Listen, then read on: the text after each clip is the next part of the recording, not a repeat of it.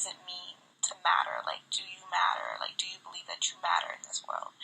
And it was just, like, so jarring, because I was like, whoa, like, I matter. Like, I'm someone, I'm living, I'm here, and, like, I matter. And so when I started thinking in that way, I was like, I started to, like, pay more attention to, like, the stuff that I can offer and, like, my good qualities and stuff. And then I was like, yo, like, I'm a bomb-ass person. And it wasn't until, like, and in terms of beauty, like, I didn't, like, people was always, like, commented on, like, their attraction to me, but I didn't really see it until, like, after I saw all the good stuff in me, like, all the good things that I admire about myself. And then I'll look in the mirror and be like, oh, Shania, you're pretty cute. I'm from Brooklyn, and in Brooklyn, people will tell you that, like, you'll walk down the street and people will say, oh, you're beautiful, oh, you're this, oh, you're that. However, it's usually 9 times out of 10, it's because they just want something from you. So a lot of people will just say, like, and guys in particular, I notice will just say, like, oh, you're beautiful, just so that they could, like, get my number and then get in my pants eventually. But one time I met my boyfriend, like I said, his mindset is just completely different, and, like, he'll look at me in my face and be like, you're beautiful, instead of looking at my boobs and saying you're beautiful. So it's very different. I think the first time I realized I was beautiful was my freshman year of high school, and people told me how pretty I was, and I had never been told that I was pretty by, like, anybody inside and out. I think I haven't fully gotten there yet. I got bullied in middle school, like, just overall, like, pretty badly through 6th and 7th grade. Well, it took other people's opinions to break that esteem in me. Like, never felt confident in myself, always felt ugly. Never felt confident in myself, always felt ugly. Never felt confident in myself, always felt ugly. I felt like I was attractive or that I was pretty or anything like that. Or, like, when people told me I didn't really take them seriously. I just thought they were saying it because they just felt like they should say it. Like, they feel like that's something that they need to say to you. I'd say, I was skinny, I was scrawny. They would just say stuff about my face, how I looked, and stuff about my hair. They'd say, like, I looked like a werewolf when I would wear it out. And because I went to a predominantly white elementary school, and there was a few other black people, but, like, I think I was the darkest. And I remember someone specifically saying, like, I was too black. I was the darkest in my class.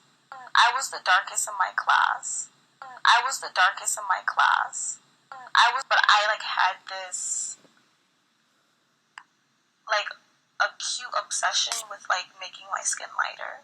Like, there'd be times where, I would, like, notice uneven, like, my skin was uneven in complexion, and I, like, would, like, buy all these, like Ambi creams and, like, anything that would make my skin, like, more even and more light. It wasn't until, like, maybe my freshman year of college where I realized that was me just wanting to be, like, white.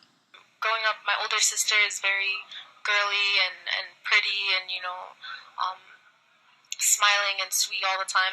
I didn't want to wear earrings. I didn't want to wear my hair down. I didn't want to wear lip gloss or anything like that. And those were the things that I was told. You know, my mom always trying to force me to do all the girly things I didn't want to do.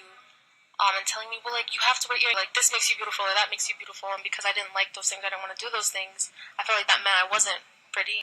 And so then especially I didn't feel like I wanted to try to be pretty because it's like I wasn't. So there was no point in trying to do something that, like, I wasn't a part of. So and then, of course, like, I'm mixed, so, like, my dad's side is Latino, and so I have, like, what people call, like, quote-unquote good hair, and they would ask me, like, what are you? You're not Latino, you're not mixed, like, you're black, and you're, like, way too black. You're black, and you're, like, way too black. They would ask me, like, what are you? The people that I dated, they liked me because I was so, like, ethnically ambiguous. My mom used to straighten my hair all the time, and when my hair was, like, curly, she would be like, this is not, like, professional. And that's always something that we hear that parents would say to their kids with natural curly hair in our day and age. But another thing that my mom started saying when I started braiding my hair, once I got a little older, once I got to like maybe 16 or 17, when I would do cornrows, she'd be like, "You look like a little boy."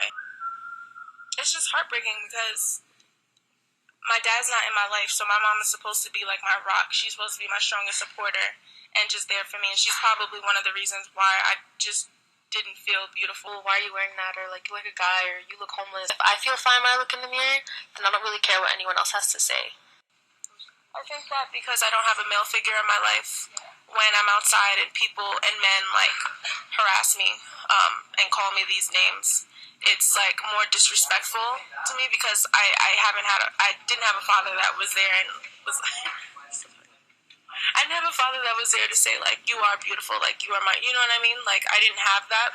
So going outside and hearing that from other guys is just like, do you really mean that, or is it because you want something from me? Thought when I was younger that I was going to marry a white man. Basically, white men wouldn't leave you like the way a black man would. Embedded stereotypes in black culture about black people. All that stuff that black people say about themselves. So that's what like a white person could have like long, blue, yellow, green, like purple hair. Like, but then, like, if a black person is doing it with a weave, you see them and you think that they're mad ghetto. You see them and you think that they're mad ghetto. You see them and you think that they're mad ghetto. Like, just because of the beauty standards we have, or like what we've been trained to know, like obviously we have judgments about beauty, but I notice when I pass that judgment, like if I see something, I'm like, oh, like that's ugly, or oh, like that's not cute, I'm like, wait.